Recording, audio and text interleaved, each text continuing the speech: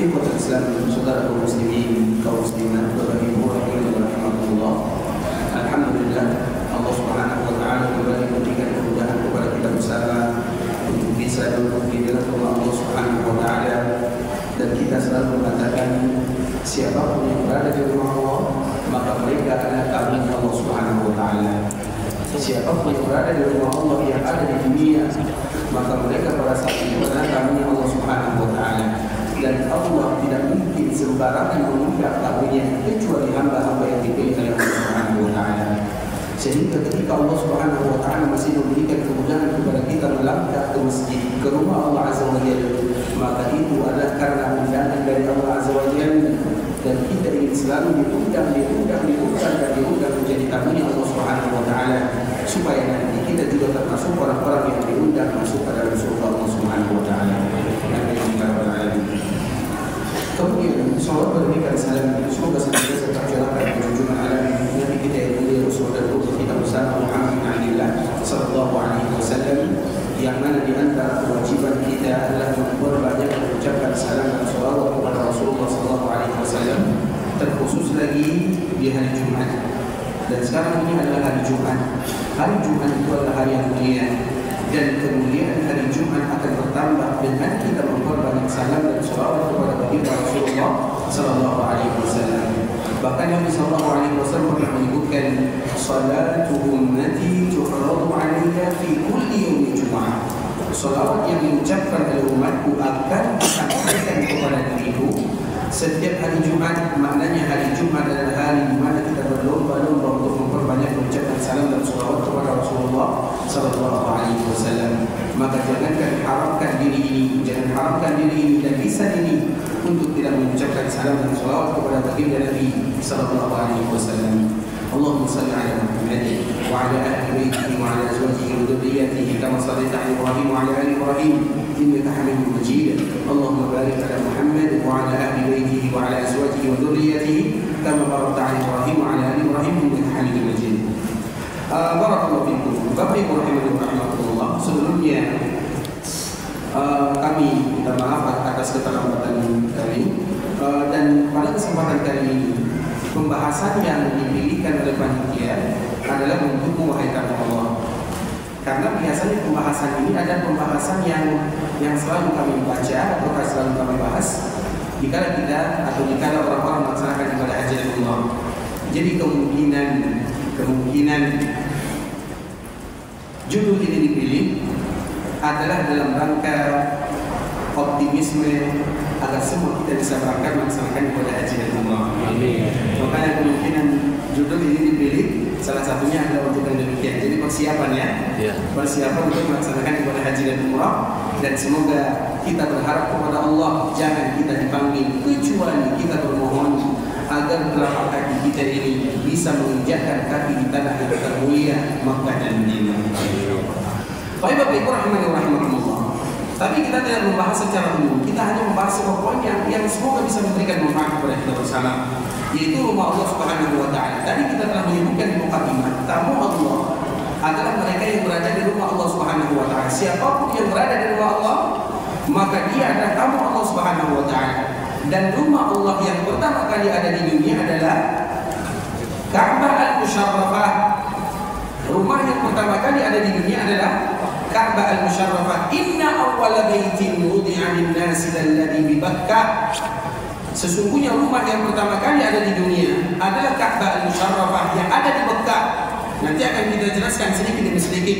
Nah, tentunya rumah yang pertama kali itu adalah Ka'bah al-Musharrafah. Sebelum kita membahas panjang lebar tentang masalah ini, Bapak Ibu rahimahullah, pertanyaan yang mesti kita tanyakan kepada diri sendiri, atau pertanyaan yang mesti kita jawab, apa itu Ka'bah? Tentu itu merupakan pertanyaan yang biasa yang harus kita tanyakan. Apa itu Ka'bah? Dan kenapa Ka'bah disebut dengan Ka'bah? Siapa bisa jawab? Baik. Ka'bah itu? Baik, Masya Allah. Silakan masyarakat. Masya Allah. Sehat kalau Pak ya? Masya Allah. Tapi jawabannya salah ya. Ka'bah itu memang Baitullah, memang Baitullah, tapi apa itu Ka'bah? Rumah. Baitullah itu bahasa Arabnya, rumah bahasa Indonesianya. Nah, itu saja ya. Bait itu artinya rumah. Bahasa Arab, Baitullah rumah kan? Bahasa Indonesianya rumah Allah, sama juga. Baik. Yang lain, walau salah tidak masalah. Masya Allah, silakan. Masya Allah, sehat selalu ya, Masya Allah. Saya Pak ya, Masya Allah, baik. Bapak kita. Arah untuk sholat para jamaah Islam. Arah untuk sholat para jamaah untuk ibadah. Masya Allah. Kalau yang tua jawab pasti benar jawabannya. Masya Allah. Silakan Pak. Sama-sama. Walau sesungguhnya jawabannya juga salah. Baik. Berarti ada yang tahu ya mana Ka'bah ya? Itu merupakan poin dasar yang harus kita tahu. Karena rumah Allah yang pertama di dunia adalah Ka'bah. Ka'bah itu nama lain banyak. Kita membahas bukan nama lain. Kalau kita berbicara tentang nama lain daripada Ka'bah banyak. Nama lain Ka'bah itu adalah Al-Bait, Al-Atiq, Nadir, Qadis, Makkah, Al-Haram, Al-Muharram. Itu semuanya adalah nama-nama Ka'bah. Itu nama, bukan makna. Kita bisa pahami? Yang kita ingin tanyakan, Ka'bah itu sendiri kenapa dinamakan dengan Ka'bah? Apa maknanya? Ada yang tahu jawabannya? Yang tidak tahu jawabannya saya doakan supaya cepat-cepat haji. Itu pentingnya. Apa arti Ka'bah? Nah, sekarang kita ambil. Sekarang kita akan mulai pembahasan kita ini dengan Ka'bah Musyarrafah, tempat yang paling indah yang ada di dunia. Jadi Ka'bah itu Bapak Ibu diambil dari dua makna secara bahasa dan makna secara istilah. Ka'bah itu secara bahasa diambil dari kalimat muka'ab. Muka'ab maknanya itu adalah persegi panjang. Karena diambil dari bentuk Ka'bah Musyarrafah itu sendiri. Ka'bah itu kalau kita lihat, dia persegi atau persegi panjang? Persegi atau persegi panjang? Saya tidak tanya mau kubus atau tidak kubus. Persegi atau persegi panjang? Perhatikan baik-baik Bapak Ibu. Ka'bah itu dia adalah berbentuk persegi panjang. Ka'bah itu memanjang. Bukan seperti yang kita lihat sekarang. Yang kita lihat sekarang itu ada separuh daripada Ka'bah Al-Musyarrafah. Itu separuhnya. Separuh yang lain mana? Yaitu lingkaran samping yang ada di samping Ka'bah itu sendiri yang kita kenal dengan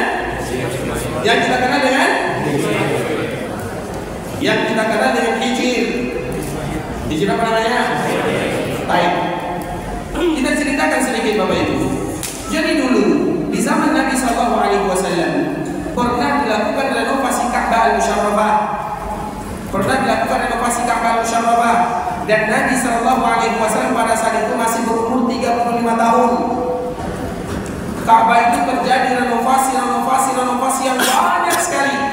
Tapi di zaman Nabi SAW renovasi besar-besaran terjadi ketika Nabi berumur 35 tahun. Nabi belum lagi jadi Nabi. Kemudian tidak ada di antara orang-orang Mekah yang berani mengganggunya. Karena Ka'bah kalau tidak dilakukan renovasi bisa jadi hancur, bisa jadi roboh, bisa jadi ini. Sehingga orang-orang Quraisy yang mana zaman tersebut adalah zaman jahiliyah, mereka mengatakan kita harus sepakat untuk merenovasi Ka'bah Musyarrafah. Namun masalahnya Ka'bah tidak bisa direnovasi kecuali dihancurkan bangunan lama, kemudian baru dibuat bangunan baru. Nah, ketika ini dihancurkan Ka'bah, kira-kira siapa yang mau menghancurkan Ka'bah? Tidak ada yang berani. Kenapa tidak ada yang berani? Mereka masih ingat sejarah Abraha. Ketika Abraha ini menghancurkan Ka'bah, maka Allah hancurkan mereka. Karena Allah pasti akan menjaga rumahnya. Bukankah itu yang dikatakan oleh kakek Nabi SAW Abdul Muttalib? Atau yang kita kenal dengan Syaibah?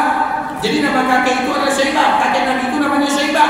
Dan dia itu berasal dari Madinah, lahir di Madinah. Agar kita tahu apa hubungan Nabi SAW dengan penduduk Madinah. Kakeknya Abdul Muttalib, yang nama aslinya adalah Syaibah, itu seorang anak yang lahir di Madinah dan ibunya berasal dari Madinah. Kemudian Bapak Ibu, ketika dilakukan renovasi, tidak ada yang berani. Karena mereka ingat bagaimana Abraha dihancurkan oleh Allah Azza wa Jalla. Dan mereka melihat bagaimana burung-burung diturunkan oleh Allah Subhanahu wa taala, bagaimana semua pasukan Abraha itu hancur, tidak ada yang tersisa kecuali tulang belulangnya. Kemudian jika mereka ingin menghancurkan Ka'bah, mereka mengatakan kalau kita menghancurkan Ka'bah, maka di saat itulah nanti kita khawatir Allah akan mengazab kita sebagaimana Allah mengazab orang-orang yang ada di yang dulu pasukan Abraha, dan jaraknya masih 35 tahun. Karena cerita Abraha menghancurkan Ka'bah itu adalah hari lahirnya baginda Nabi sallallahu alaihi wasallam. Dan sekarang Nabi berumur 35 tahun, sehingga mereka tidak mau. Mereka bersepakat untuk kembali merenovasi Ka'bah, tapi tidak ada yang berani untuk menghancurkan bangunan Ka'bah, takut. Kemudian di saat itulah, dikala mereka terdiam, tiba-tiba datang yang namanya Al-Walid bin Mughirah.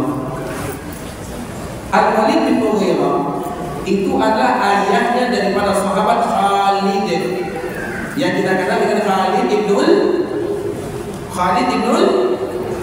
bin Walid, atau kalau bahasa Arabnya Khalid bin Walid. Khalid itu ayahnya adalah Walid. Khalid itu adalah sahabat perang atau sahabat Nabi yang dikenal dengan pedang Allah yang terhunus. Kemudian Al-Walid itu, Bapak Ibu, dia mengatakan kepada orang-orang Quraisy, orang-orang Quraisy, apa yang kalian lakukan? Maka orang-orang Quraisy mengatakan kami ingin melakukan renovasi Ka'bah. Kemudian maka Al-Walid kembali bertanya, kenapa kalian tidak melakukan? Kami takut. Kami ingat sejarah dan cerita Abraha, kami takut nanti dihukum oleh Allah Azza wa Jalla. Maka di saat itulah Al-Walid mengatakan, apakah kalian menginginkan kebaikan atau keburukan? Maka orang-orang Quraisy mengatakan kami menginginkan kebaikan. Maka Al-Walid mengatakan Allah tidak akan pernah menganiaya, menzalimi, menghukum orang-orang yang melakukan kebaikan. Padahal masa itu adalah masa jahiliyah. Al-Walid mengatakan kalimat ini, Allah tidak akan pernah menyanyiakan amalan orang-orang yang melakukan kebaikan. Belum ada wahyu dan dia belum beribadah kepada Allah Azza wa Jalla, tapi itu merupakan kaidah umum. Allah tidak akan pernah menyanyiakan orang yang melakukan kebaikan. Bahkan kalimat ini diabadikan di dalam Al-Quran. Tapi sayang, seribu sayang, Al-Walid itu disebutkan oleh Allah Subhanahu wa taala dalam surah Al-Mudaththir. Sa'uslihi saqar wa ma adraka ma saqar. Kami akan campakkan dia ke dalam saqar. Ayat ini khusus untuk Al-Walid yang tadi mengatakan kalimat ini. Terlepas daripada itu semua, Bapak Ibu rahimani wa rahimakumullah, pada akhirnya orang-orang Quraisy ketika mendengarkan Al-Walid mengatakan Allah tidak akan pernah membinasakan orang-orang yang berbuat baik, maka mereka mulai semangat, tapi mereka tidak mau memulainya.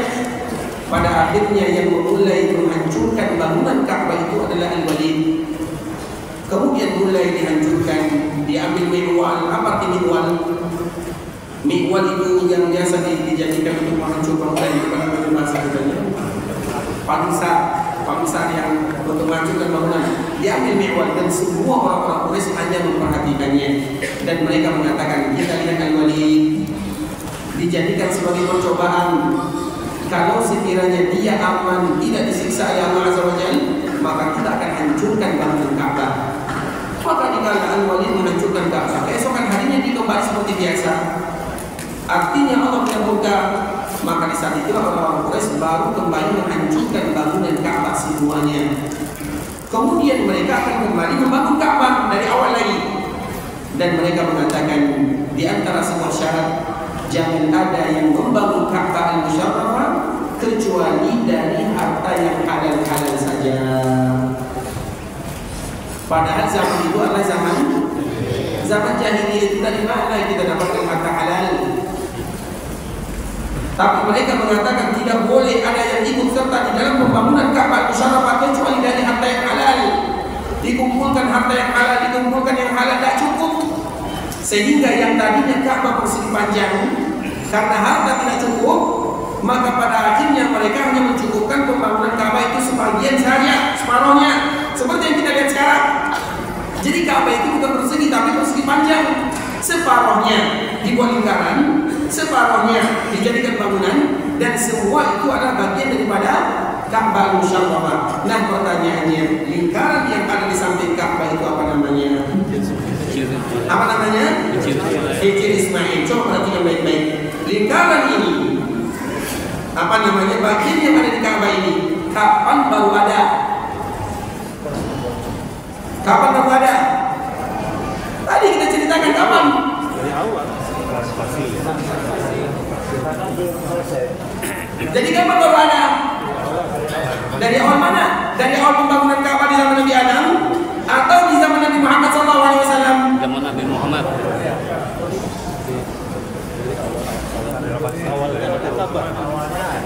Awalnya ada tapi hanya sampai di situ. Dan itu kapan? Di zaman Nabi Muhammad. Di zaman Nabi Muhammad. Tadi baru kita ceritakan tadi. Di zaman Nabi SAW ketika Nabi berumur 35 tahun. Sepakat sampai di sini? Sepakat semuanya? Nah, apa namanya? Hijr Ismail. Pertanyaannya, siapa yang jawab angkat tangan? Apa hubungan Hijr ini dengan Nabi Ismail? Baik. Karena dulu tempat Nabi Ismail berteduh. Karena dulu tempat Nabi Ismail berteduh.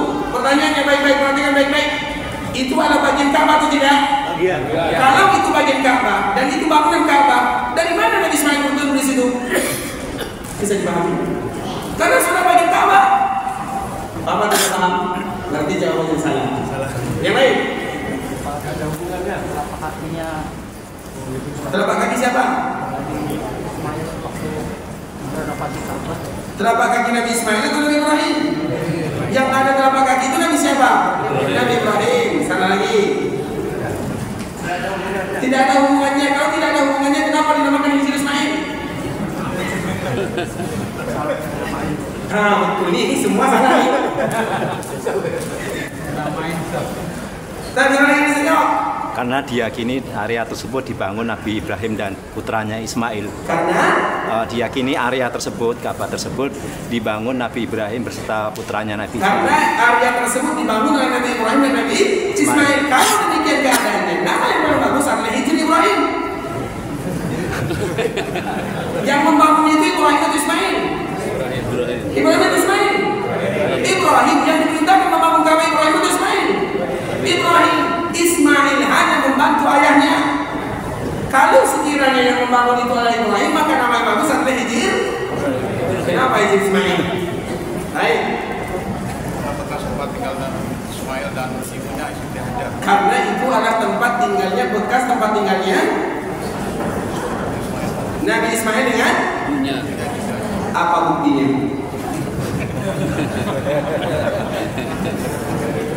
Kan betul kan pertanyaannya? Tidakkah kita tahu ikhwan Islam ini masih bercerita tentang Makkah Mukarramah? Kita tahu ikhwan Islam, Zam-Zam itu, Zam-Zam, kita tahu Zam-Zam, dan semoga Allah mudahkan kita untuk bisa meminumnya. Zam-Zam itu Bapak Ibu, Zam-Zam itu jaraknya dari Ka'bah Musyarrafah kurang lebih 25 meter. Dan Zam-Zam itu muncul di samping Nabi Ismail. Iya atau tidak? Datang malaikat Jibril, dipukulkan dengan sayapnya tanah, maka keluar yang namanya Zam-Zam, dan itu di samping Ismail. Kalau di situ tempat tinggal Ismail, terus Zam-Zam bagaimana? Berarti Nabi Ismail tinggal dekat dengan Zam-Zam, bukan tinggal dekat dengan tempat bangunan tersebut. Yang lain masih usaha. Tempat makamnya Ismail dibantu Nabi Ibrahim. Tempat Nabi Ismail membantu Membangun Ka'bah.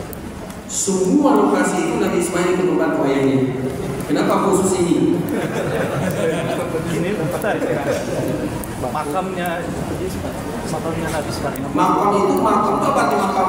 Pijakan. Tempat pijakan. Makam Ismail atau makam Ibrahim? Pijakannya Ismail, tapi mungkin kalau Nabi kan meninggal. Saya tidak terima mungkin. Nabi kan mati meninggal di situ. Mungkin lagi kan? Makam kuburan. Kuburan. Masjid dengan perkuburan dua hal yang tidak. Ini Pak. Sekarang kita kembalikan bapak-bapak sudah mengaku saja lah. Ibu-ibu dulu. Oh, iya. Ibu-ibu berani jawab. Apa? tempat berpijahnya Nabi. Kalau ibu-ibu yang jawab pasti betul jawabannya. Walaupun hakikatnya salah. Panitia akan bagikan kepada ibu.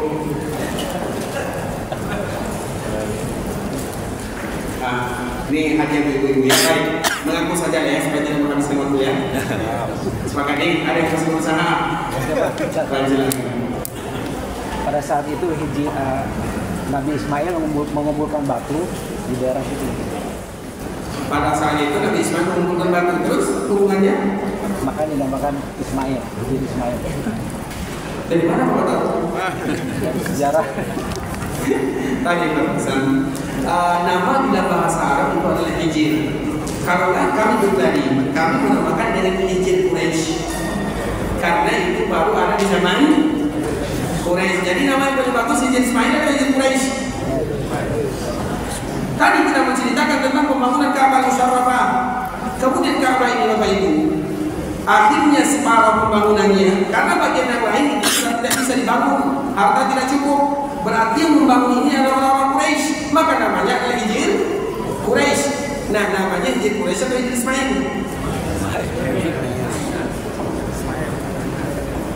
Harusnya Hijr Quraisy. Kalau Hijr Ismail, kalau tidak tahu jawabannya Hijr Quraisy lain Hijr Ismail apa alasannya, maka pindah saja ke mentor saya, Hijr Quraisy. Lebih aman. Kita tidak menyalahkan namanya Hijr Ismail, silahkan, tidak ada masalah. Hijr Quraisy tidak ada masalah, tapi kita ingin menceritakan dari mana datang dan munculnya dan sejarahnya. Sehingga nanti kalau kita ingin menamakan sesuatu, kita punya bukti dan alasan yang kuat. Kenapa kita namakan dengan Hijr ini? Kalau saya pribadi saya namakan dengan Hijr Quraisy dan alasannya sudah saya paparkan. Kalau bapak-bapak masih ingin menamakan dengan Hijr Ismail, silakan, walaupun tanpa alasan. Kan belum ada alasan yang jelaskan. Tapi kita kembali lanjutkan. Jadi Bapak Ibu, jika dilakukan renovasi untuk Ka'bah Musyarrafah, jadi Ka'bah itu hukum asalnya persegi panjang. Namun walau demikian, itu ada hikmah dari Allah Subhanahu wa Ta'ala. Kenapa demikian? Karena kalau sekiranya orang-orang Quraisy ketika mereka membangun Ka'bah Musyarrafah, kemudian mereka kaya dan cukup uang halalnya, maka mereka akan kembali membangun Ka'bah itu dalam seperti bentuk awalnya. Dan kalau sekiranya Ka'bah itu dibangun seperti bentuk awal, kira-kira kapan kesempatan kita masuk ke dalam Ka'bah Musyarrafah? Bisa dipahami? Sekarang kita lihat ada Ka'bah separuh, kemudian ada Hijr separuh, dan di dalam Hijr ini kita bisa masuk atau tidak? Bisa masuk, dan siapapun yang masuk ke dalam Hijr berarti seolah-olah mereka telah masuk ke dalam Ka'bah Musyarrafah. Itu Ka'bah itu bagian Ka'bah Musyarrafah. Jadi Ka'bah itu Bapak Ibu bukan hanya sekedar bangunan. Ka'bah itu bukan hanya sekedar bangunan. Sebagaimana masjid bukan hanya sekedar bangunan. Masjid itu adalah tempat di mana kita bisa merendahkan kepala, sujud kepada Allah Subhanahu wa Ta'ala. Tidak ada atap, tidak ada dinding, tidak ada masalah. Tapi itu adalah masjid. Begitu juga dengan Ka'bah Musyarrafah. Bangunan itu bonus. Makanya kalau ada masjid tidak ada atap, tidak ada dinding, dinamakan masjid atau tidak? Tetap dinamakan masjid. Ketika ada bangunan, ketika ada atap, tidak ada masalah. Jadi agar kita tahu masjid, rumah Allah, Ka'bah Musyarrafah tidak mesti ada bangunannya. Begitu juga dengan Ka'bah. Hijr ini dinamakan dengan Ka'bah, sehingga siapapun yang dimudahkan oleh Allah bisa salat di dalamnya, maka seolah-olah mereka salat di dalam Ka'bah Musyarrafah. Kalau sekiranya orang-orang Quraisy mereka bangun Ka'bah semuanya, kira-kira kapan kesempatan kita salat di Ka'bah? Kapan? Apakah ada kemungkinan? Ada kemungkinan bagi mereka yang mungkin sebagai wakil rakyat, sebagai pemimpin kaum muslimin, sebagai ini baru diizinkan. Kalau kita rakyat biasa ini, kapan kira-kira masuknya? Sulit kan kira-kira? Maka itu merupakan di antara hikmah dari Allah Subhanahu wa Ta'ala. Tidak cukupnya uang orang-orang Quraisy membangun Ka'bah Musyarrafah adalah hikmah dari Allah Subhanahu wa Ta'ala. Sebagaimana Nabi SAW pertama kali ditemukan air Zam-Zam. Zam-Zam itu pertama kali datang, pertama kali ditemukan. Kita lihat bagaimana ibunda Ismail, dia berbolak-balik dari Safa Marwah, Safa Marwah. Maka siapapun di antara kita yang dimudahkan oleh Allah pergi melaksanakan ibadah haji dan umrah, ingat tempat yang terbaik untuk berdoa di Ka'bah Al-Musyarrafah atau di Masjidil Haram Makkah adalah di atas bukit Safa dan di atas bukit Marwah. Tempat yang terbaik berdoa adalah di atas bukit Safa dan di atas bukit Marwah. Karena dikala kita tawaf, orang yang tawaf itu mereka sedang berjalan. Ketika kita sedang berjalan, kemudian berdoa, kira-kira khusyuk atau tidak? Khusyuk atau tidak? Kita tidak menyalahkan. Orang yang sedang tawaf berdoa silakan, yang baca Quran silakan, yang berzikir silakan, yang diam juga tidak ada masalah. Karena dia sedang melaksanakan kegiatan tawaf. Dikala kita berada di Safa, kita betul-betul berdiri. Kemudian kita menghadapkan wajah ke Ka'bah Musyawarah. Kemudian di saat itulah kita bermohon meminta kepada Allah, dan itu adalah waktu yang terbaik yang dikabulkan Allah Subhanahu wa taala untuk berdoa. Maka siapapun di antara kita yang dimudahkan oleh Allah pergi, maka jangan lupakan Safa dan Marwah, dan disitulah Nabi lama berdoa. Jadi ketika kita melaksanakan ibadah yang mulia, yang lama itu bukan tawafnya, yang lama itu bukan sa'yinya, yang lama itu adalah doanya, dan dengan itulah tujuan kaum muslimin jika mereka datang ke sana doa. Dan tempat yang terbaik itu adalah Safa dan Marwah. Itu yang terbaik. Makanya kami melihat ada sebagian saudara-saudara kami, senior kami, mereka itu kalau umrah menghabiskan waktu kurang lebih 7 sampai 8 jam. Kalau kita umrah biasanya berapa lama? Tawaf, sa'i, pulang. Padahal inti yang sesungguhnya adalah berdoa di dalam kita sedang memakai pakaian ihram. Jika kita berada di atas bukit Safa dan Marwah, maka disitulah umrah yang sesungguhnya, doa. Nanti kalau yang ingin berangkat jangan lupa ya, di Safa dan Marwah. Kemudian apa itu? Ketika Ibunda Hajar alaihissalam, dia dari Safa ke Marwah, dari Marwah ke Safa, pada akhirnya dia melihat ada air yang keluar dekat dengan anaknya yang kita kenal Zam-Zam. Pada waktu itu tidak ada penamaan Zam-Zam. Kemudian pada akhirnya Allah kabulkan doa seorang wanita yang salihah, ibundanya Ismail, neneknya Nabi kita yang mulia Muhammad bin Abdullah sallallahu alaihi wasallam. Kemudian di saat ada muncul air, maka di saat itulah Ibunda Hajar ini menutup bendungannya, membuat seperti bendungan, karena nanti kalau airnya keluar dia akan mengalir dan sulit untuk diminum. Maka dibuat bendungan. Ketika dia membuat bendungan seperti ini, maka dia mengatakan Zam itu artinya dibuat bendungan. Jangan berhenti di sini, biar bisa diminum. Zam pada akhirnya terkenal dengan istilah Zam. Ketika menceritakan hadis ini, Nabi Shallallahu Alaihi Wasallam memberikan tanggapan dan komentar. Komentar ini bukan komentar sindiran, tapi komentar kebanggaan. Apa kata Nabi Shallallahu Alaihi Wasallam? Rahimahullahu umma Ismail. Semoga Allah memberikan rahmat kepada ibunya Ismail. Kalau sekiranya dia membiarkan Zam-Zam tanpa diberikan bendungan, dibiarkan mengalir, maka dia ibarat sungai dan lautan. Saking banyaknya Zam-Zam. Tapi kalau sekiranya ibunda Ismail tidak memberikan bendungan, kemudian mengalir, kemudian di Mekah itu ada aliran daripada Zam-Zam, kira-kira kita tawafnya di mana? Bagaimana kita akan tawaf? Kalau sekiranya itu ada tempat air yang mengalir, di mana kita tawaf? Bisa dipahami? Maknanya itu semuanya sudah merupakan ketentuan Allah Azza wa Jalla. Sama dengan orang-orang Quraisy. Kalau sekiranya orang-orang Quraisy mereka membangun Ka'bah dan lengkap hartanya, membangun Ka'bah seperti sedia kala, sampai kapan kita akan masuk dalam Ka'bah Musyawarah? Kapan kesempatannya? Tidak mungkin ada. Tapi ketika mereka tidak cukup uang, pada akhirnya separuh dibangun, separuh lagi dijadikan sebagai hijir, maka di saat itulah kesempatan kaum muslimin semuanya tanpa pandang bulu mereka bisa salat di dalamnya. Itu merupakan di antara hikmah dari Allah Subhanahu wa taala, dan itu makna pertama dari Ka'bah Al-Musyawarah. Sudah tahu apa arti Ka'bah Al-Musyawarah? Jadi Ka'bah itu artinya yang pertama diambil dari sisi bahasa, pembangunan, sejarah dan cerita Ka'bah, rumah yang pertama kali ada di dunia, dan mesti bagi kaum muslimin untuk mengetahuinya.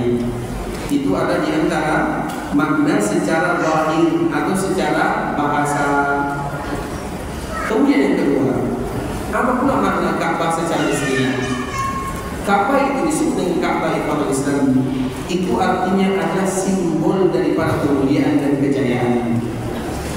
Karena siapapun yang beribadah di sana akan diberikan kemuliaan oleh Allah Subhanahu wa taala. Dan di antara kemuliaan yang paling indah adalah dikala ibadah kita sama, tapi pahalanya berlipat ganda. Makanya kalau ada orang yang datang ke Ka'bah Musharrafah, kemudian mereka sholat di dalam Masjidil Haram, kira-kira mereka mendapatkan berapa pahalanya? Berapa pahalanya? Berapa pahalanya? Berapa? Bukan 100.000. Berapa tadi? Nah, ini kalimat yang selalu kita ingatkan.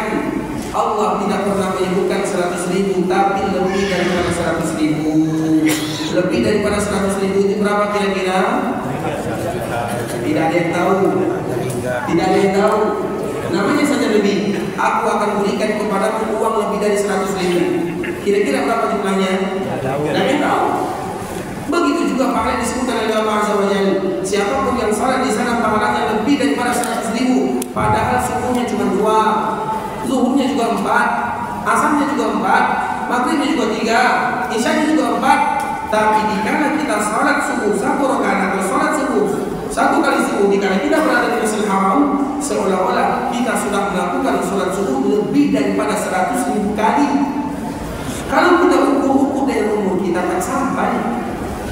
Dan itu merupakan di antara hadiah Allah Subhanahu wa taala untuk umat Nabi sallallahu alaihi wasallam.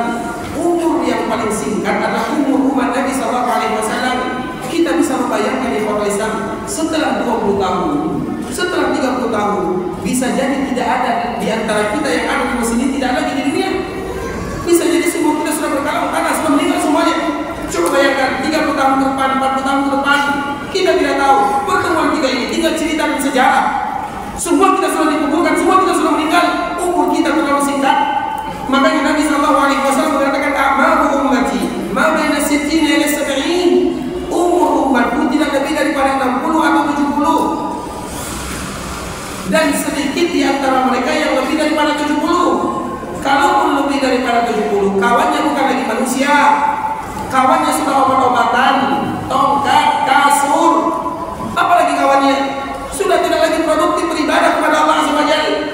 Makanya umur umat yang paling singkat adalah umur umat Nabi sallallahu alaihi wasallam. Tapi ingat, dengan Allah berikan kepada mereka umur yang singkat, Allah janjikan kepada Nabi Muhammad sallallahu alaihi wasallam untuk diberikan pahala yang berlipat-lipat, dan itu merupakan di antara kemuliaan umat Nabi sallallahu alaihi wasallam. Makanya dalam sebuah hadis yang sangat indah ikhwatul Islam, Nabi sallallahu alaihi wasallam memberikan perbandingan orang dahulu dengan umat Nabi seperti orang yang bekerja. Orang Yahudi bekerja dari pagi sampai siang, waktunya panjang, melelahkan. Kemudian mereka mendapatkan satu kemal. Kemudian datang lagi umat berikutnya orang Nasara, dari siang sampai petang. Waktunya tidak terlalu panjang tapi panas, waktu beristirahat. Kemudian mereka juga diberikan satu kemal. Tiba-tiba datang umat terakhir, umat Muhammad sallallahu alaihi wasallam. Mereka bekerja petang hari, sore hari, dari asar sampai maghrib. Waktunya singkat, waktunya terbaik. Karena waktu yang terbaik di siang hari itu adalah di asar. Waktu yang terbaik di malam hari ada di akhir malam. Waktu yang terbaik di siang hari ada di akhir siang. Waktu yang terbaik di siang hari itu adalah setelah asar. Nah, seolah-olah mereka beribadah dari asar sampai maghrib. Kemudian jika mereka beribadah dalam waktu yang senonoh, yang singkat, yang bagus, kemudian tiba-tiba mereka diberikan dua qiraat. Maka protes umat-umat sebelumnya, "Ya Allah, kami yang lebih lelah beribadah, kami yang lebih banyak bekerja, kami yang lebih sulit bekerja, Engkau berikan kepada kami satu qiraat." Tiba-tiba datang umat terakhir, mereka pekerjaannya singkat, pekerjaannya simpel, pekerjaannya tidak berat. Engkau berikan kepada mereka dua qiraat. Apa jawaban Allah Azza wa Jalla? Dzalika fadli utihi man asya'.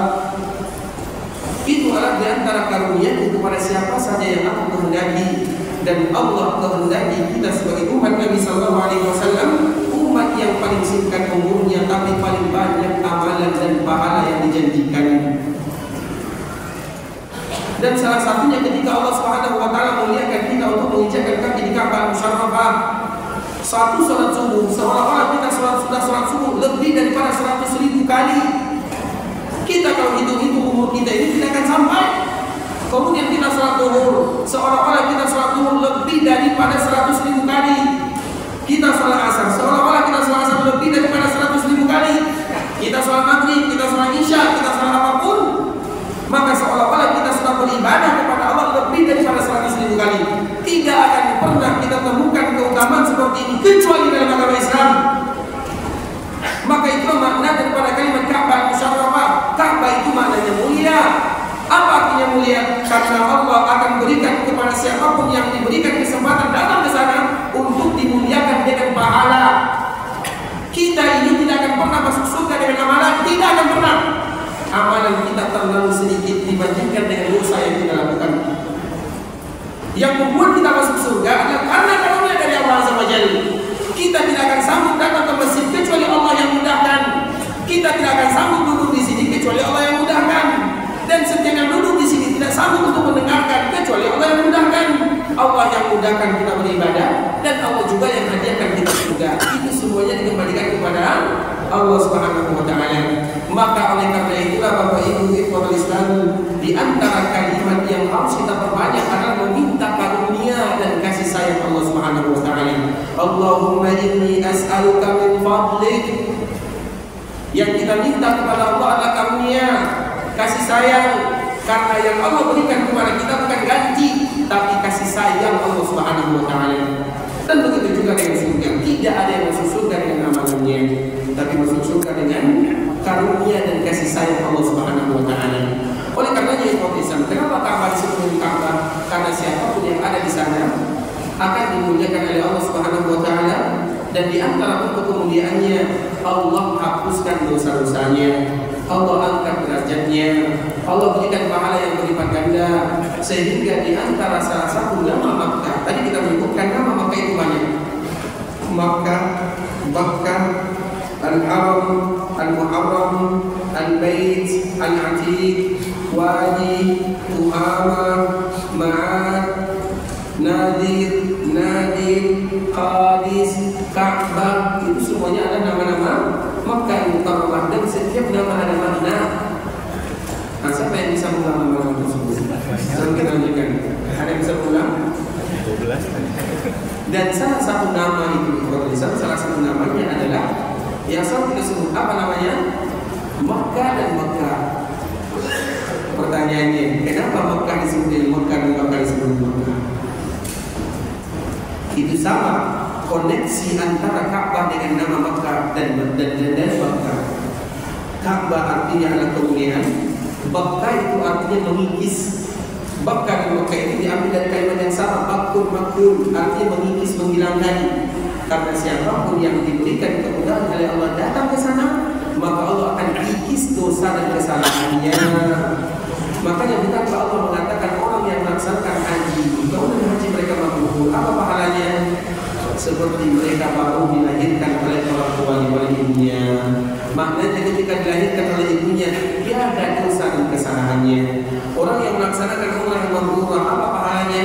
Allah akan ampunkan dosanya, akan hilangkan kefakiran dari dirinya. Terlalu banyak kemuliaan yang itu semua kembali kepada makna. Makanya Makkah disebut dengan Makkah. Makkah disebut dengan Makkah itu karena mengikis dan menghilangkan semua kesalahan mereka yang berada di sana. Dan juga di antara salah satu namanya adalah Al-Atiq. Wa yatawafu bil baitil Atiq. Apa makna Atiq? Di antara salah satu doa yang sering didengarkan oleh kaum muslimin, Allahumma a'tiq riqabana. Apa yang doa ini? Allahumma a'tiq riqabana. Semangat Ibu. Jadi kayaknya nggak pernah salat tarawih ya. Allahumma a'tiq riqabana wa riqaba abaina wa ummahatina minan nar. Allahumma a'tiq riqabana minan nar. Ya Allah, selamatkan pundak kami ini dari api neraka. A'tiqa. Apa artinya a'tiq? Bebaskan, selamatkan, merdekakan. Itu juga di antara salah satu nama Makkah, Al-Atiq. Karena siapapun yang dimudahkan beribadah di dalamnya, maka Allah akan merdekakan dirinya dari api neraka. Bukankah itu merupakan sebuah kemuliaan? Bukankah itu merupakan sebuah kejayaan yang sangat luar biasa? Dan juga di antara nama yang lain adalah Nadir. Di antara nama Makkah yang lain adalah Nadir. Kenapa disebut dengan Nadir? Nadir itu artinya jarang. Karena siapapun yang dimudahkan oleh Allah beribadah, bisa melaksanakan ibadah haji, bisa melaksanakan ibadah umrah, maka Allah akan berikan kepada mereka pahala yang jarang diberikan kepada ibadah-ibadah yang lain. Dan itu semua kembali kepada penamaan Makkah itu sendiri atau Ka'bah Musyarrafah. Ka'bah dinamakan dengan Ka'bah adalah sebuah kemuliaan, simbol kejayaan dan kejayaan serta kemuliaan dan keberuntungan yang sesungguhnya adalah ketika Allah selamatkan kita dari api neraka, ketika Allah ampunkan dosa kita, ketika Allah berikan kepada kita pahala, ketika diangkat derajatnya dan dimasukkan ke dalam surga. Itulah orang yang paling jaya sesungguhnya, orang yang paling beruntung. Disebutkan oleh Allah di Al-Quran, "Faman zuhziha 'anil nar wa udkhilal jannah faqad faz."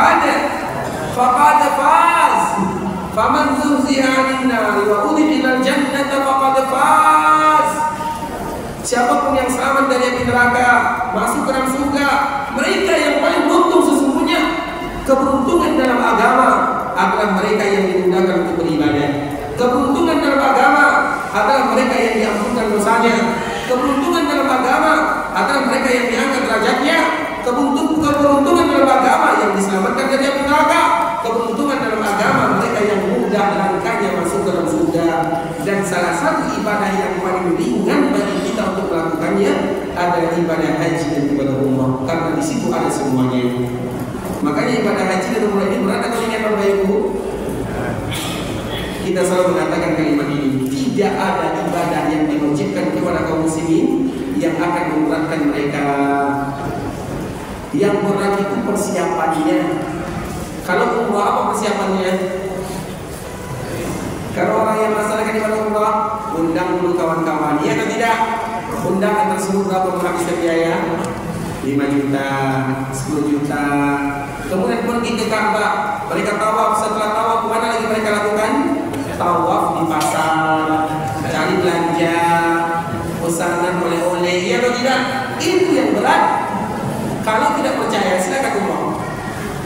Orang yang umrah yang paling mereka pikirkan bukan ibadah umrahnya, tapi koper dan oleh-olehnya.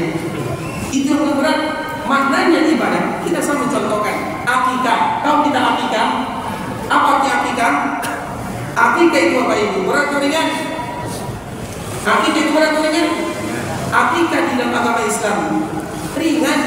Yang berat itu undangannya, bukan akikahnya. Akikah itu siapapun yang diberikan rezeki dapat anak laki-laki. Berapa ekor kambing? 2. 1 ekor kambing berapa? 3. Yang minimal 3. Yang umur 1 tahun 1,5. Kemudian kita beli 3 juta. Kita sembelih, kemudian kita potong-potong, kita bagi-bagi, selesai akikah. Yang berat apa? Undangannya, masaknya, apa lagi? Itu yang berat. Makanya kaum muslimin apabila mereka melihat perintah Allah dan perintah Nabi, tidak ada yang berat. Kalau ada perempuan, kita sembelih 1 ekor kambing, selesai. Kami, kalau akikah, kelahiran anak, beli kambing, potong, bagi-bagi tetangga, selesai. Tidak pernah diwajibkan kita akikah mengundang kaum muslimin, iya atau tidak? Kalau kita punya kelebihan, alhamdulillah. Masalahnya orang kita tidak suka kambing. Kalau kita mengundang akikah maka dari kambing, mereka tak datang. Mesti lagi potong ayam, mesti lagi potong kerbau. Jadi yang sulit itu apa? Potong kerbaunya, bukan potong kambingnya. Bisa dipahami? Begitu juga dari ibadah haji dan ibadah umrah. Jadi jangan mempersulit sesuatu yang dimudahkan dalam agama, dan tidak ada satu ibadah yang dipersulit. Karena ibadah itu tujuannya untuk dilakukan, bukan untuk ditinggalkan, untuk mempermudah, bukan untuk mempersulit. Bukankah itu yang ada dalam agama Islam? Tapi Bapak Ibu rahimahullah, yang terpenting kita tadi sudah menjelaskan apa makna daripada Ka'bah Musyarrafah. Baik, siapa di antara kita yang bisa mengulang makna Ka'bah Musyarrafah? Baik, maju sini.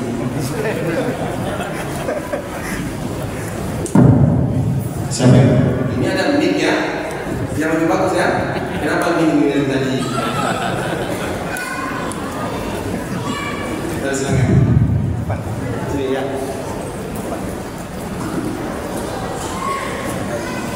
Bismillah. Ka'bah Musyarrafah.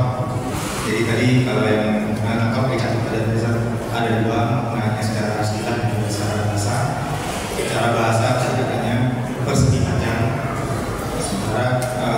Secara istilah hukumnya. Masya Allah,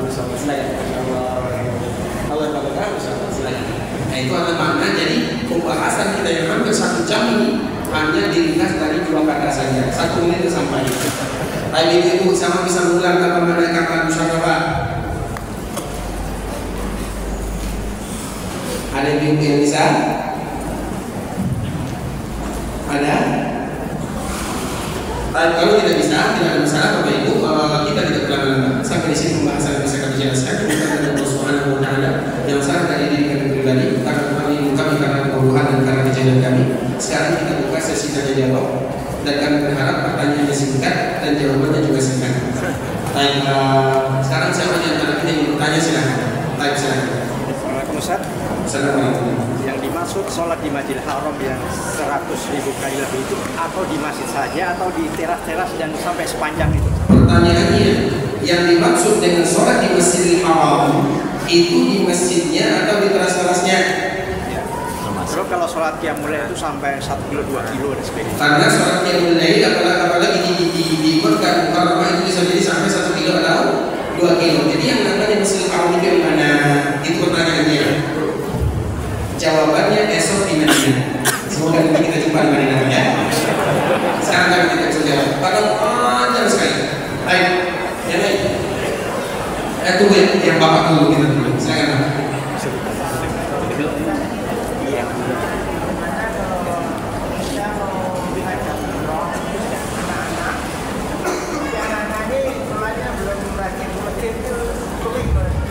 Bagaimana kita hukum mengajak umroh anak-anak tapi mereka belum rajin sholat masjid? Pertanyaannya gitu ya. Pertanyaannya, anak-anak ini berapa umurnya? Dewasa bukan anak. Ini anak-anak atau dewasa? Kita harus ingat ya, pertanyaannya anak-anak atau dewasa?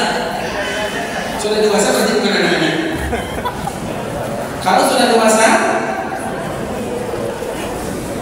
nah ini juga di antara salah satu kesalahan kita bersama. Kita fokus dalam ibadah umrohnya, tapi tidak fokus dalam masalah sholatnya. Dan kita harus ingat, orang yang diterima amal ibadah haji dan umrohnya adalah orang yang semakin semangat ibadahnya. Kalau setelah dia haji dan umroh tidak semangat ibadahnya, itu tanda haji dan umrohnya tidak diterima. Kalau dia semangat umroh, tiba-tiba dia tidak sholat, itu tanda ibadah umroh tidak diterima. Karena di antara salah satu tanda ibadah diterima, ibadah akan melahirkan ibadah berikutnya. Ibadah akan melahirkan ibadah berikutnya sampai ujung-ujungnya Allah ingin kita wafat dalam keadaan beribadah, dan semoga semua kita husnul khatimah. Baik, kita bacakan beberapa pertanyaan ya. Bagaimana dengan melaksanakan badan umroh dan haji untuk orang tua kita yang sudah meninggal? Apakah badan umroh, badan Islam, badan haji dan badan umroh untuk yang masih hidup dan untuk yang sudah meninggal? Untuk yang sudah meninggal kita semuanya sepakat selama dia muslim, kemudian kita batalkan apabila orang tua, maka tidak ada masalah. Yang penting jangan jadikan itu sebagai perdagangan. Kemudian orang yang batal untuk yang masih hidup juga tidak menjadi syarat, dengan syarat orang hidup tidak lagi bisa melakukan safar. Apabila ada orang tua tak sanggup lagi naik kapal terbang, kemudian dia tidak bisa umrah dan haji, kita yang membatalkannya, tapi dengan syarat jangan dijadikan sebagai perdagangan. Kemudian pertanyaan berikutnya, kita jawab singkat-singkat saja. Ustaz, dalam haji tahun ini kami gagal berangkat kemarin karena visa kami tidak keluar. Pertanyaannya, apakah pahala 100.000 kali itu berlaku di semua tempat di Mekah? Bagaimana jika kami sholat di hotel ada Masjidil Haram? Ini pertanyaannya sama dengan tadi Pak ya. Jawabannya nanti di Madinah. Apakah pahala 100.000 kali lipat itu untuk sholat wajib saja atau sholat sunnah untuk semua sholat? Kalau orang sholat sunnah, maka pahalanya lebih daripada 100.000. Kalau orang sholat wajib, pahalanya berapa?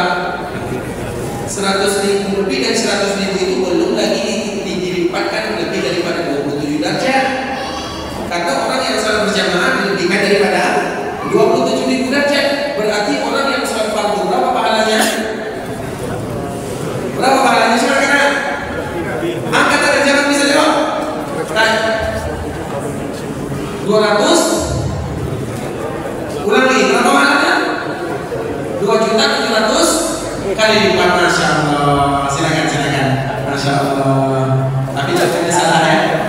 Ini pertanyaan matematika ini. Baik, berapa? 27 kali 100.000. 27 kali 100.000. Berapa? Cari sendiri. Baik, kita lanjutkan lagi. Apakah ikhtiar yang kita lakukan agar Allah memanggil kita menjadi tamu dan melaksanakan haji di umrah? Bapak Ibu rahimahullah, ini merupakan di antara nasihat untuk kita bersama, di antara semua cita-cita kaum muslimin dalam melaksanakan ibadah haji dan umrah. Terus bagi kita apa yang harus kita lakukan? Yang kita lakukan itu banyak, Bapak Ibu. Kami selalu menceritakan setelah kemarin, setelah musim Covid, maka ibadah haji dan umrah kembali dibuka. Tapi bertahap, 40%, 50%, 60% bertahap. Setelah Covid dan ada keberangkatan ibadah haji, itu adalah ibadah haji yang terbaik. Karena tidak boleh banyak, hanya 50%. Yang biasanya haji 2 juta sekarang menjadi 1 juta. Jadi lokasinya lapang, tempatnya bagus.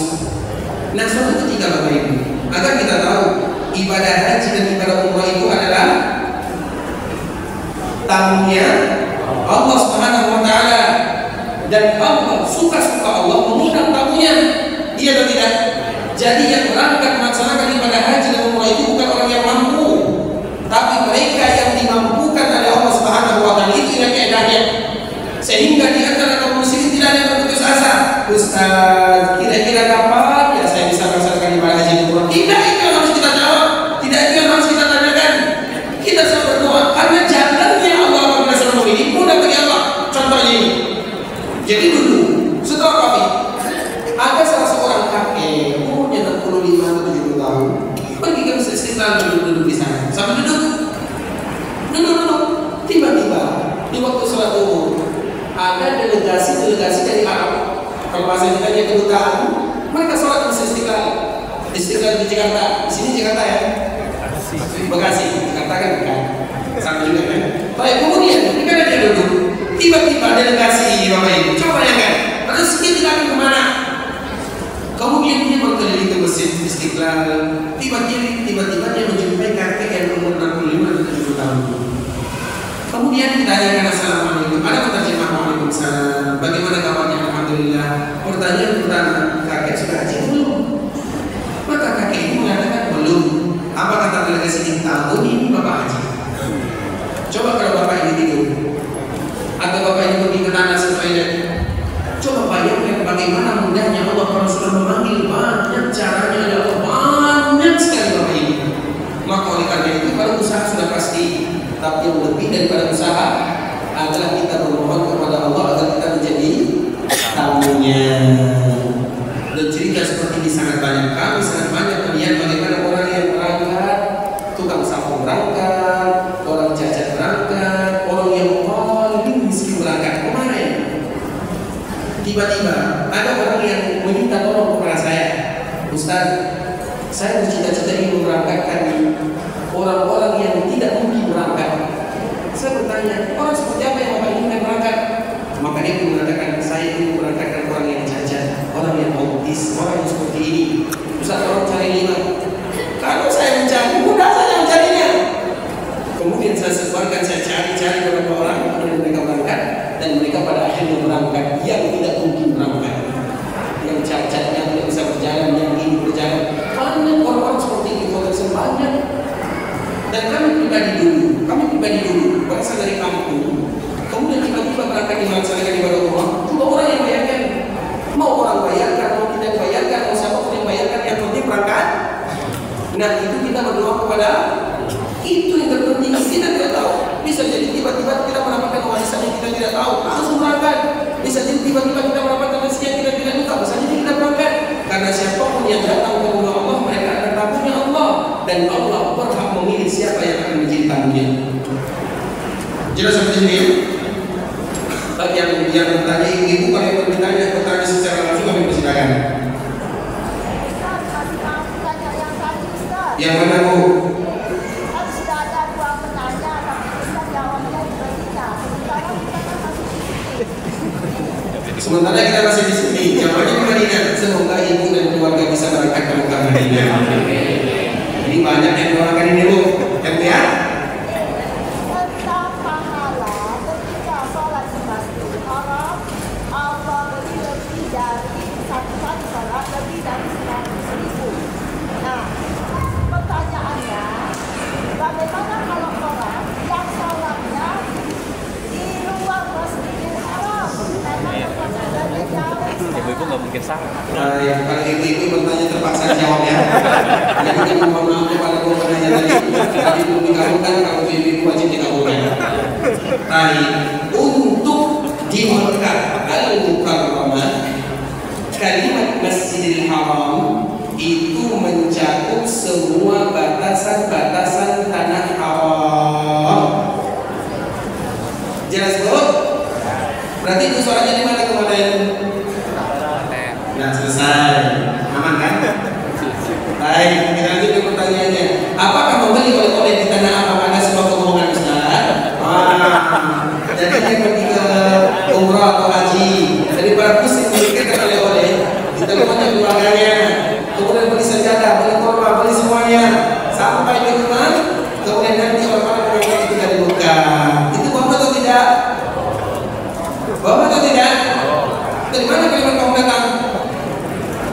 Itu disebut dengan tauriyah. Itu disebut dengan tauriyah. Tahu kita apa makna tauriyah? Tauriyah itu separuh bohong, separuh benar. Separuh-separuh. Dibilang bohong tidak bohong, dibilang jujur tidak jujur. Kira-kira orang seperti ini jujur atau tidak? Jujur. Dari mana bohongnya? Jujur atau tidak? Kira-kira orang seperti ini bohong atau tidak? Bohong. Karena orang menganggap dia bukan dari. Jadi jujur atau bohong? Jujur atau bohong? Tauriyah. Contoh. Contoh misalnya. Contoh. Saya bertanya kepada Bapak. Sekarang jam 11, hampir zuhur. Jam 12 contoh ya. Bapak sudah makan pagi, sarapan pagi sudah. Tapi Bapak belum makan siang. Tiba-tiba saya tanya jam 12, Pak sudah makan atau belum? Apa jawaban Bapak? Belum. Berarti jujur. Kalau Bapak mengatakan sudah,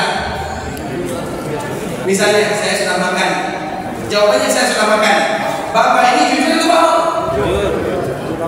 Tapi pertanyaannya jam 12. Jam 12 itu biasanya pertanyaan untuk apa?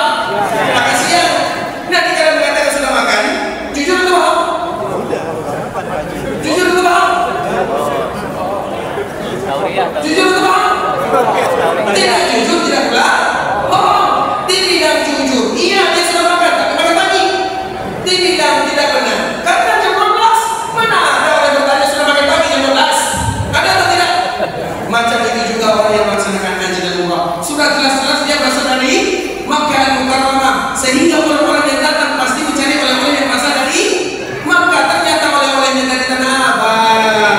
Itu masalahnya. Jujur atau bohong? Jujur atau bohong? Ini yang menjawab tauriyah berarti sudah ahli. Sudah terbiasa. Bisa dipahami? Maka itulah ikhwatul Islam. Di antara salah satu ibadah yang terbaik adalah ibadah yang selalu disembunyikan. Bukankah kita berusaha untuk menyembunyikan ibadah salat? Bukankah kita berusaha menyembunyikan ibadah puasa? Bukankah kita terbiasa menyembunyikan ibadah zakat? Tiba-tiba haji dan umrah kita sebarkan semuanya. Saya akan melaksanakan haji dan umrah. Iya itu bagus, tapi yang tidak bagusnya oleh-olehnya. Karena semakin kita sampaikan kepada orang lain, semakin banyak tuntutan. Nanti beli ini ya, satu kawan. Kawan yang lain beli ini ya. Kawan lain beli ini. Kawan lain beli ini. Makanya kalau tidak percaya, tanya sama ibu-ibu. Ibu-ibu yang pernah pergi melaksanakan ibadah haji dan umrah, waktunya lebih banyak di masjid atau di mana? Di mana atau di masjid? Kita ke masjid itu apa itu? 1 jam, tapi pergi ke mallnya dari pagi sampai siang. Itu pun belum lengkap. Diulang lagi hari esoknya, diulang lagi hari esoknya. Itu yang membuat kita susah. Karena terlalu banyak kita menyampaikan. Tapi coba ada orang yang haji apalagi umrah,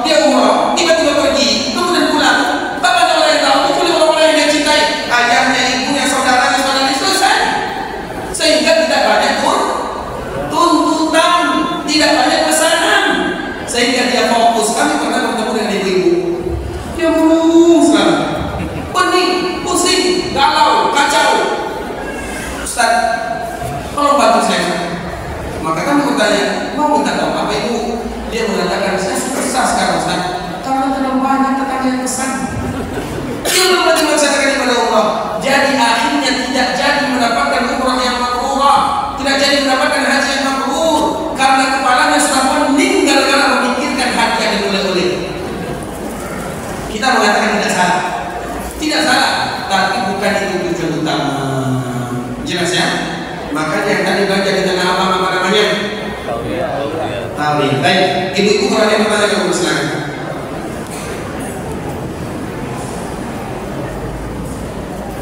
Ibu-ibu kalau bertanya silakan langsung ya.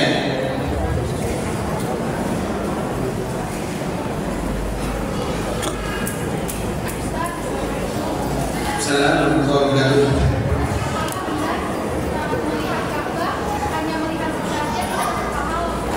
Apakah Barakallahu fiikum, apakah saat kita melihat Ka'bah mendapatkan pahala? Baik, tentunya siapapun yang datang ke Makkah Mukarramah pasti mereka akan ingin berlama-lama melihat Ka'bah Musyarrafah, ya tidak? Itu merupakan di antara keinginan kaum muslimin. Tapi bagaimana, apakah memandang secara khusus itu dapat pahala? Allahu a'lam, saya tidak tahu. Karena masalah pahala atau dosa kita tidak boleh berbicara tanpa alasan yang jelas, dan kami tidak tahu alasannya. Allah.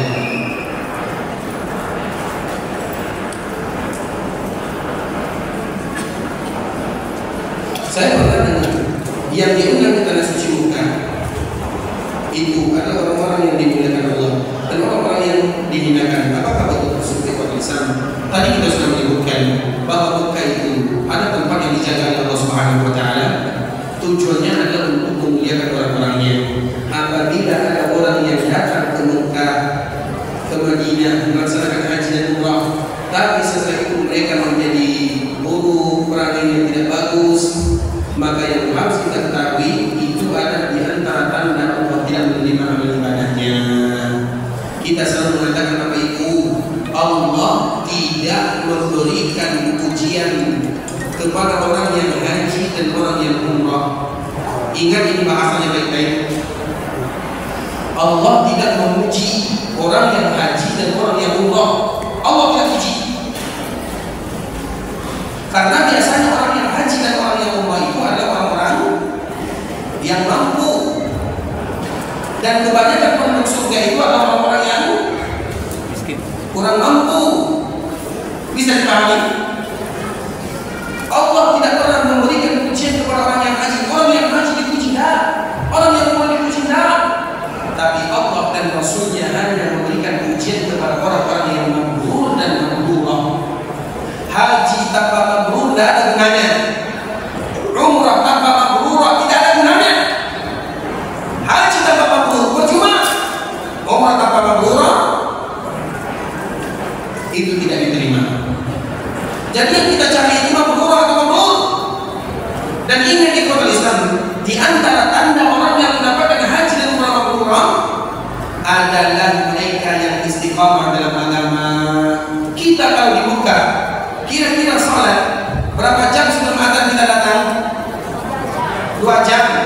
Itu hari pertama. Hari kedua 1 jam. Hari ketiga setengah jam. Hari keempat pas azan. Hari kelima jadi imam Masjidil Haram, imam masbuk.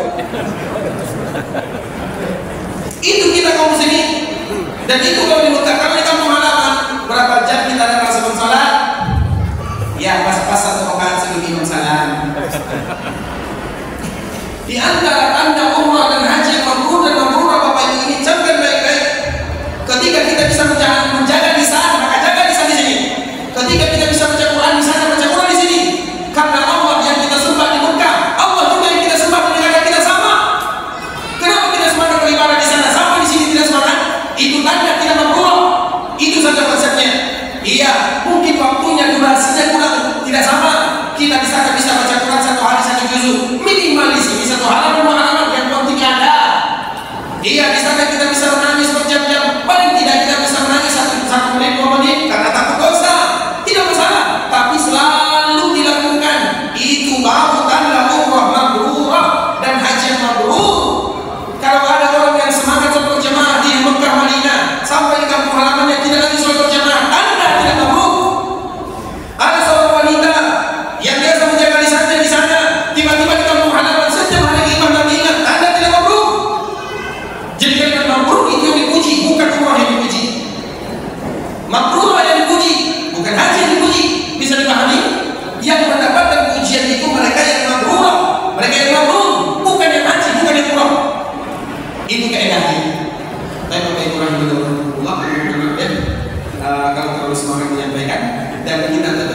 sini. Semoga apa yang kita sampaikan memberikan manfaat, dan pertanyaan yang lain kami tidak bisa menjawabnya karena waktu juga yang memisahkan kita Bapak Ibu. Kita tutup dengan doa kafaratul majelis. Subhanallah wa bihamdihi asyhadu an la ilaha illa anta astaghfiruka wa atubu ilaik. Sallallahu alaihi wa sallam ala nabiyyina Muhammadin wa alihi sayyidina Muhammadin wa ala alihi wa sahbihi. Dan semoga Allah mudahkan nanti insyaallah kita berjumpa di waktu. Jazakumullahu khairan. Assalamualaikum warahmatullahi wabarakatuh.